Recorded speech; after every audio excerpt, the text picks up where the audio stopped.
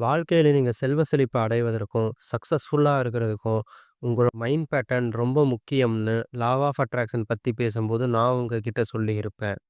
நீங்க செல்வ செழிப்போட இருக்கிறதுக்கும், சக்சஸ்ஃபுல்லா ஒரு வெற்றியாளரா இருப்பதற்கும், உங்க மைண்ட் பேட்டர்ன எப்படி சேஞ்ச் பண்ணணும், மாத்தணும் அப்படிங்கிறதையும், நீங்க வெற்றியை அடைவதற்கு என்ன செய்யணும் அப்படிங்கிறதையும் இந்த வீடியோல பார்க்க போறோம். Think and Grove rich series பகுதி 1க்கு உங்களை வரவேற்கிறேன். நான் உங்கள் சஞ்சய் வெற்றி கூட்டாளி. இப்ப இந்த காணொளிய பார்த்துக்கிட்டு இருக்கவங்களுக்கு நான் ஒரு முக்கியமான விஷயத்த சொல்றேன். இந்த காணொளி ஒரு இன்ஃபர்மேஷன உங்களுக்கு தரணும் அப்படிங்கிறதுக்காக உருவாக்கப்பட்ட ஒரு காணொளி கிடையாது. இந்த காணொளி நீங்கள் உங்கள் வாழ்க்கையில் பின்பற்றுவதற்காக உருவாக்கப்பட்ட ஒரு காணொளி, உருவாக்கப்பட்ட ஒரு சீரிஸ் தான் இந்த think and Grove rich series. இதுல சொல்லக்கூடிய விஷயங்கள பிராக்டிகலா உங்க வாழ்க்கையில அப்ளை பண்ணுங்க. கண்டிப்பா நீங்க செல்வ செழிப்பை அடையக்கூடிய ஒரு நபராக மாறுவீங்க. அத ஒரு கட்டத்துல அடைவீங்க. இதுக்கு முன்னாடி இந்த சீரிஸ் பத்தி ஒரு இன்ட்ரோ வீடியோ போட்டிருப்பேன். அத பார்க்கலன்னா அதையும் பாருங்க. அதோட லிங்க் டிஸ்கிரிப்ஷன்ல இருக்கு. பர்னிங் டெசைர், அதாவது பற்றி எரியும் தீவிரமான விருப்பம்னு இத சொல்லலாம். இதுதான் செல்வ செழிப்ப உருவாக்குவதற்கான முதல் படி. இந்த பர்னிங் டெசைர எப்படி உங்களுக்குள்ள நீங்க உருவாக்கிக்கிறது அப்படிங்கிறத நம்ம பார்க்கலாம். அதுக்கு முன்னாடி பர்னிங் டிசைர பத்தி விளக்குறதுக்கு நெப்போலியன் ஹில், எட்வின் சி. பான்ஸ் அப்படிங்கிற ஒருத்தரோட கதைய இங்க பகிர்ந்திருக்காரு. அந்த கதைய பார்ப்போம். Edwin C. பான்ஸ் அப்படிங்கிற ஒரு நபர் இருக்காரு. அந்த நபருக்கு பார்த்தீங்கன்னா, ஒரு மனசுல ஒரு மிகப்பெரிய ஆசை. எப்படியாவது நம்ம தாமஸ் ஆல்வா எடிசன் கூட பிசினஸ் பார்ட்னரா இருக்கணும் அப்படிங்கிறது அவர் மனசுல ஒரு மிகப்பெரிய ஆசையா இருக்கு. அத அவரு தினமும் நெனச்சு பார்த்துட்டே இருப்பாரு. ஒரு நாள் என்ன ஆகுதுன்னு பார்த்தீங்கன்னா, அவரோட அந்த ஆசை ரொம்ப முத்திருது. ரொம்ப முத்தி போய், இன்னைக்கு நம்ம எப்படியாவது தாமஸ் ஆல்வா எடிசன சந்திச்சே ஆகணும். அப்படிங்கிற ஒரு முடிவுக்கு வராரு. சரி, நம்ம இன்னைக்கு தாமஸ் ஆல்வா எடிசன போய் சந்திக்கிறோம் அப்படின்னு முடிவெடுத்து கிளம்புறாரு. கிளம்பும்போது பார்த்தீங்கன்னா, அவரு இருக்க இடத்துல இருந்து தாமஸ் ஆல்வா எடிசன் இருக்கக்கூடிய இடத்துக்கு செல்ல, அவரு ட்ரெயின் மூலமா தான் செல்லணும். அவரு ட்ரெயின்ல போறதுக்கு அவர்கிட்ட டிக்கெட் எடுக்க கூட காசு இல்ல. அந்த மாரி ஒரு நிலைமையில இருக்கிறாரு. சரி, நம்மகிட்ட டிக்கெட் எடுக்க காசு இல்ல. இருந்தாலும் பரவால்ல, நம்ம அவர போய் சந்திச்சே ஆகணும்னு சொல்லி, டிக்கெட் எடுக்காம ரயில்ல ஏறி பயணம் செஞ்சு போறாரு. அவரு இங்கேருந்து கிளம்பி தாமஸ் ஆல்வா எடிசன் இருக்கக்கூடிய இடத்த அடையிறாரு. அங்க போனதுக்கப்புறம் அவரோட ஆஃபீஸ்க்கு போறாரு. அங்க இருக்கக்கூடிய ஒரு உதவியாளர்கிட்ட, இந்த மாரி எட்வின் பான்ஸ், நான் ஒரு பிசினஸ் பத்தி பேசுறதுக்காக தாமஸ் ஆல்வா எடிசன சந்திக்க வந்திருக்கேன் அப்படின்னு சொல்லி சொல்றாரு. அத கேட்டதும் அந்த உதவியாளர் சரி நீங்க வெயிட் பண்ணுங்க. நான் போய் தாமஸ் ஆல்வா எடிசன் கிட்ட இந்த தகவல சொல்றேன்னு சொல்லிட்டு கிளம்பி போயி, தாமஸ் ஆல்வா எடிசன் கிட்ட அந்த தகவல சொல்றாரு. இந்த மாரி வெளியில உங்கள சந்திக்க எட்வின் பான்ஸ் அப்படிங்கிற ஒரு நபர் வந்திருக்காரு. அவர நான் வர சொல்லட்டுமா? அப்படின்னு கேட்குறாரு. உடனே தாமஸ் ஆல்வா எடிசன், சரி அவர பத்தி கேட்டுட்டு, சரி வர சொல்லுங்க அப்படின்னு சொல்றாரு. தாமஸ் ஆல்வா எடிசன் வர சொன்னதும், எட்வின் சி. பான்ஸ் அவர போய் சந்திக்கிறாரு. சந்திச்சதும் Thomas Alva Edison Edwin C. பான்ஸ பார்க்குறாரு. அந்த ஆள் அதாவது எட்வின் சி. பான்ஸ் ரொம்ப ஒரு மோசமான நிலையில நிக்கிறாரு. ஒரு முறையான ட்ரெஸ் கோட் இல்ல, எதுவுமே இல்ல. ஏதோ ஒரு நாடோடி மாதிரி அவரு முன்னாடி போய் நிக்கிறாரு, எட்வின் சி. பான்ஸ். இவரு உருவத்த பார்த்ததுமே, "என்னடா ஆள் இப்படி இருக்காரே!" அப்படிங்கிற மாரி தாமஸ் ஆல்வா எடிசன் யோசிக்கிறாரு. யோசிச்சுட்டு, "நீங்க யாரு? என்ன பண்றீங்க?" என்னன்னு கேட்குறாரு. இந்த மாரி, "நான் உங்ககிட்ட பிசினஸ் பார்ட்னரா வர்றதுக்காக வந்திருக்கேன்னு" பான்ஸ் சொல்றாரு. சரி, இதுக்கு முன்னாடி நீங்க என்ன பண்ணியிருக்கீங்கன்னு கேட்குறாரு. இல்ல, இவருக்கு எந்த ஒரு தொழில் பேக்ரவுண்டோ, பிசினஸ் பேக்ரவுண்டோ, சப்போர்ட்டோ எதுவுமே கிடையாது. நான் இதுக்கு முன்னாடி எந்த தொழிலுமே பண்ணதில்ல, பிசினஸே பண்ணது கிடையாது. நான் உங்க கூட பிசினஸ் பார்ட்னர் ஆறதுக்காக வந்திருக்கேன் அப்படின்னு பான்ஸ் சொல்றாரு. இத கேட்டதும் தாமஸ் ஆல்வா எடிசன் அவாய்ட் பண்ணி பார்க்குறாரு. சரி, இவர எப்படியாவது இங்கேருந்து அனுப்பி விட்டுடலாம் அப்படின்னு. பட் இவரு போற மாரி தெரியல. ஒரு உறுதியா இருக்காரு, பிசினஸ் பார்ட்னர் ஆகணும் அப்படிங்கிறதுல. இத தாமஸ் ஆல்வா எடிசன் நோட் பண்றாரு. இவர்கிட்ட எந்த திறமையும் இல்ல. இதுக்கு முன்னாடி ஒரு பிசினஸ் பண்ணதும் கிடையாது. எதுவுமே இல்லாத ஒரு நிலையில இருக்காரு. ஆனாலும் இவர்கிட்ட ஒரு உறுதியான ஆர்வம் இருக்க மாரி தெரியுது. ஒரு பர்னிங் டெசைர் இருக்க மாரி தெரியுது. அப்படிங்கிறத தாமஸ் ஆல்வா எடிசன் உணர்றாரு. சரி அப்படின்னு சொல்லி உன்னை என்னால பிசினஸ் பார்ட்னரா சேர்த்துக்க முடியாது. ஆனா உனக்கு ஒரு வாய்ப்பு தரேன். என் கம்பெனில வேணா ஒரு சின்ன வேலை போட்டு தரேன்னு சொல்லி ஒரு கம்மியான சம்பளத்துக்கு வேலை போட்டு தராரு பான்ஸுக்கு. பான்ஸும் வந்து சரி இப்போதைக்கு இவ்வளோ தூரம் வந்துட்டோம். இப்போதைக்கு இந்த வேலைய பார்ப்போம்ன்னு சொல்லி அதில ஜாயின் பண்ணி அந்த வேலைய பார்க்குறாரு. ரொம்ப சின்ன சம்பளத்துக்கு பார்க்குறாரு. என்னதான் பான்ஸ் வந்து வேலை பார்த்துக்கிட்டே இருந்தாலும், அவரு மனசுல வந்து வேலை பார்க்கணும் அப்படிங்கிற எண்ணம் வந்து தீவிரமா இல்ல.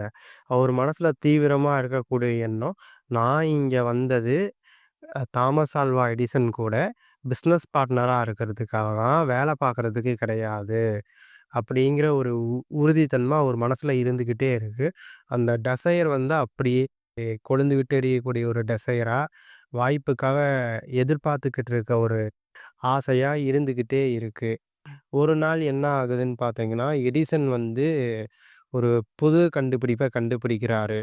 அந்த கண்டுபிடிப்ப விக்கிறதுக்காக அவரோட சேல்ஸ் டீம், மார்க்கெட்டிங் டீம் எல்லாரையும் கூப்ட்டு அந்த கண்டுபிடிப்ப பத்தி பேசுறாரு.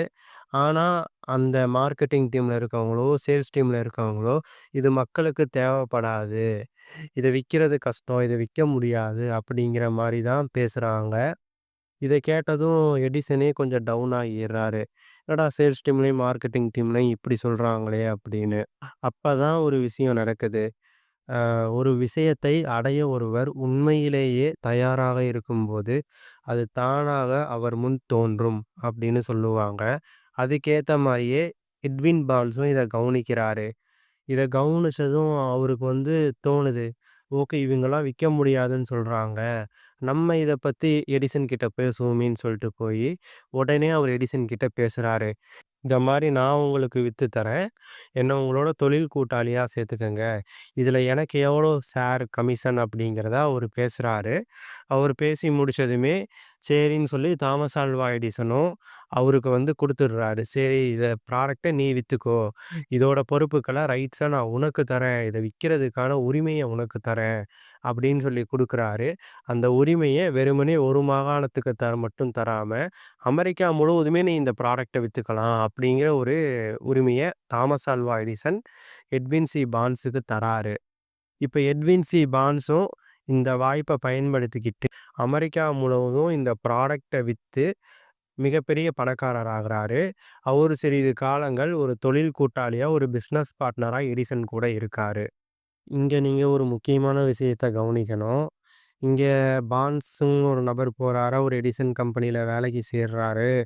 அவருக்கு அங்க ஒரு வாய்ப்பு கிடைக்குது. அத பயன்படுத்திக்கிட்டு அவரு சக்சஸ்ஃபுல்லான ஒருத்தரா மாறிட்டாரு. செல்வ செழிப்ப அடைஞ்சுட்டாரு. பணக்காரர் ஆகிட்டாரு அப்படின்னு நீங்க நினைச்சீங்கன்னா, அது ஒரு கதையா நீங்க கேட்கும்போது ரொம்ப சுலபமா தெரியும். ஆமால்ல, அவரு தீவிரமா ஆசைப்பட்டாரு. அது அவருக்கு கிடைச்சிருச்சு அப்படிங்கிற மாதிரி உங்களுக்கு தெரியும். பட் இங்க நீங்க நல்லா பார்த்தீங்க அப்படின்னா, அதையும் தாண்டுன நெறைய விஷயங்கள் இதுக்குள்ள இருக்கு. அ முதலாவது விஷயம் பார்த்தீங்க அப்படின்னா, தாமஸ் ஆல்வா எடிசன் வந்து எட்வின் பான்ஸ பார்த்து, "இந்த மாரி நான் ஒரு கண்டுபிடிப்ப கண்டுபிடிச்சிருக்கேன். இத வந்து நீ வித்து குடு. உன்ன நான் என் பிசினஸ் பார்ட்னரா சேர்த்துக்கிறேன்." அப்படின்னு சொல்லி ஒரு நேரடியான வாய்ப்ப தரல. "நீ என்கிட்ட பிசினஸ் பார்ட்னர் ஆகணும்னு தானே கேட்டு இங்க வந்த." அப்படிங்கிறதுக்காகலாம் கூப்பிட்டு அவர் எந்த ஒரு வாய்ப்பையும் நேரடியா தரல. இவரு அங்க கவனிக்கிறாரு.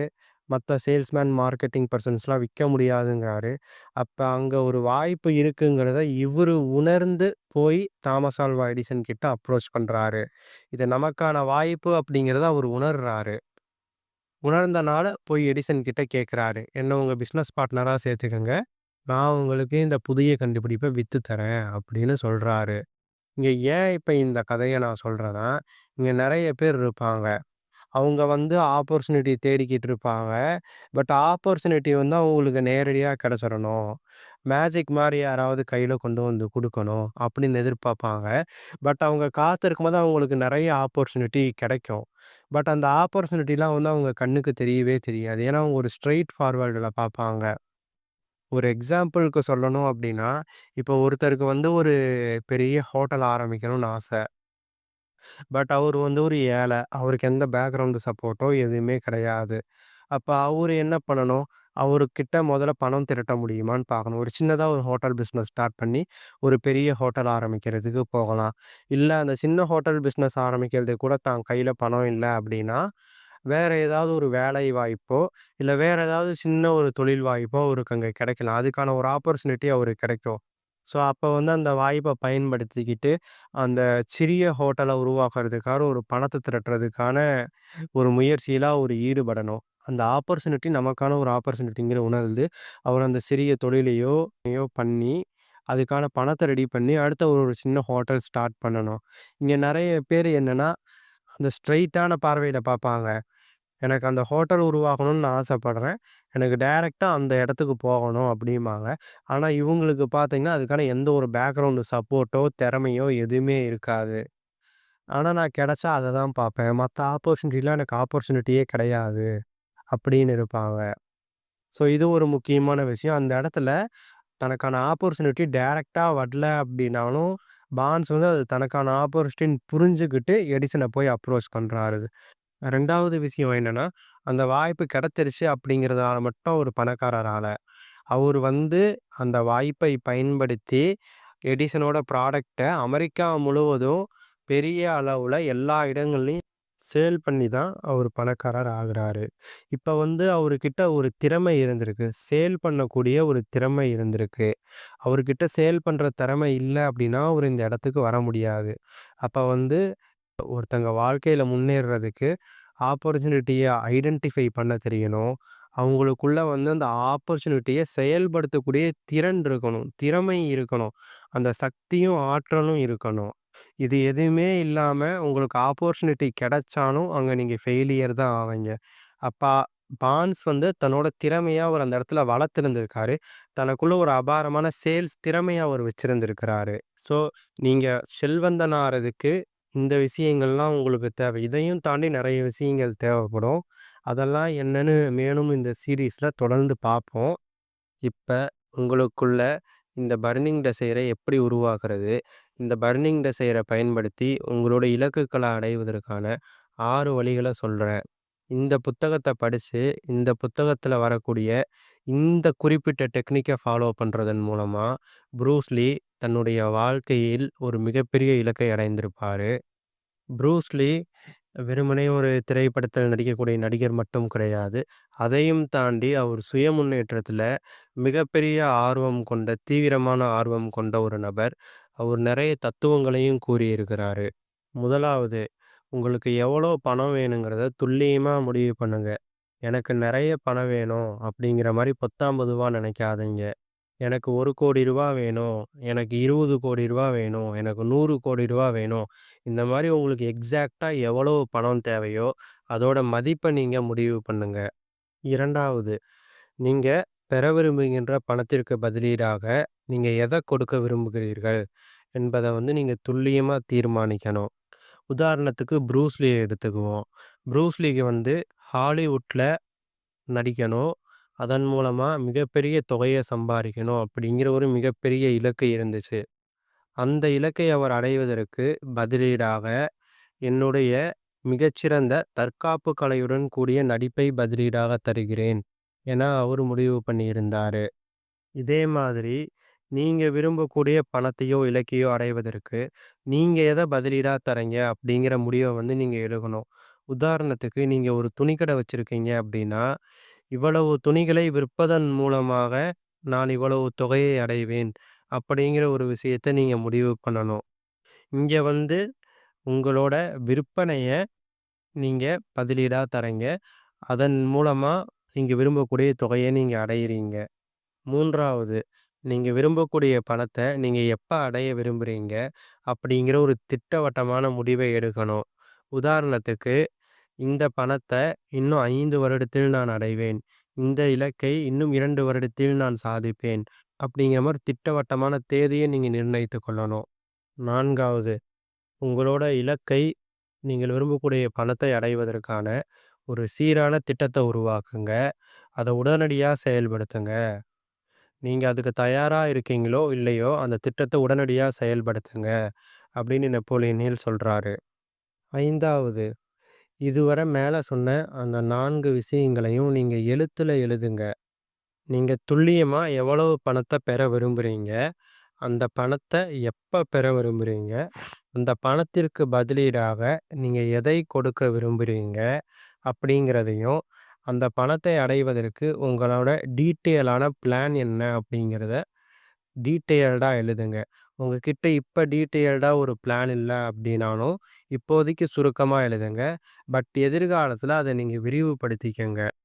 6வது, நீங்க காகிதத்திலயோ அல்லது உங்களுடைய நோட்லயோ எழுதின இந்த விஷயங்கள தினமும் இரவு தூங்க போறதுக்கு முன்னாடியும், காலையில எழுந்திரிச்சதும் படிச்சு பாருங்க. இது எதுக்குன்னா, இத படிச்சு பார்க்கும்போது நீங்க தினமும் இத பத்தி நினைப்பீங்க. அது உங்களுக்குள்ள ஒரு உத்வேகத்த ஏற்படுத்தும். உங்களுக்குள்ள ஒரு பர்னிங் டெசைர உருவாக்கும். மேலும் இத நீங்க தினமும் படிக்கும்போது, இது உங்க சப்கான்ஷியஸ் மைண்ட்லயும் பதிவாகும். மேல சொன்ன இந்த 6 விஷயங்களையும் உங்க வாழ்க்கையில பின்பற்றுங்க. இத இன்னைக்கே பண்ணுங்க. கண்டிப்பா உங்க வாழ்க்கையில ஒரு முன்னேற்றம் ஏற்படும். வாழ்க்கையில ஹெல்த்து, வெல்த்து, ஹேப்பினஸோட ஒரு வாழ்க்கைய வாழ்றது எப்படின்னு சொல்லிக் குடுக்குறதுக்கான 3 டே வெல்னஸ் ப்ரோகிராம் ஒண்ணு நடக்குது. அதுல கலந்துக்க விரும்புறவங்க ஸ்க்ரீன்ல தெரியிற இந்த நம்பருக்கு WhatsAppல மெசேஜ் பண்ணுங்க. இந்த வீடியோ பார்த்ததற்கு நன்றி. இந்த வீடியோ பத்தின உங்களோட கருத்துக்கள கமெண்ட் பாக்ஸ்ல தெரியப்படுத்துங்க.